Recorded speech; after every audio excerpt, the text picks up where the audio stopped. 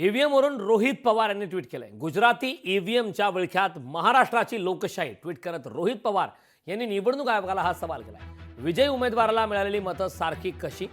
गुजराती ईव्हीएमच्या विळख्यात महाराष्ट्राची लोकशाही अडकली का? नाशिक जिल्ह्यातील विधानसभा मतदारसंघातील विजयी उमेदवारांना मिळालेली मते ही जवळपास सारखीच कशी? एका सामान्य नागरिकाने त्यांचं ट्विट काय पाहूया। गुजराती ईव्हीएमच्या विळख्यात महाराष्ट्राची लोकशाही अडकली का असा थेट सवाल रोहित पवार यांनी ट्विट करत केलेला आहे। ट्विट आपण पाहतोय। नाशिक जिल्ह्यातील विधानसभा मतदारसंघातील विजयी उमेदवारांना मिळालेली मते जवळपास सारखीच कशी असा सवाल रोहित पवार यांनी उपस्थित केला।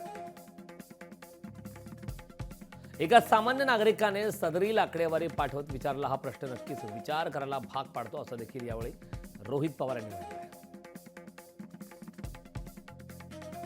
निवडणूक आयोग तर समोर येऊन काय खरं आणि काय खोटं हे सांगायला तयार नाही। आयोग नेमकं काय लपवण्याचा प्रयत्न करत आहे असा देखील सवाल रोहित पवार यांनी उपस्थित केला। की लोकशाहीला उद्ध्वस्त करण्याचा विडा आयोगाने उचललाय या व अशा अनेक प्रश्नांची उत्तरे राज्यातील सामान्य जनतेला हवी आहेत असं ट्विट यावेळी रोहित पवार यांनी केलं। तरी आयोग जनभावना लक्षात घेऊन लवकरच स्पष्टीकरण देईल ही अपेक्षा देखील यावेळी रोहित पवार यांनी व्यक्त केली।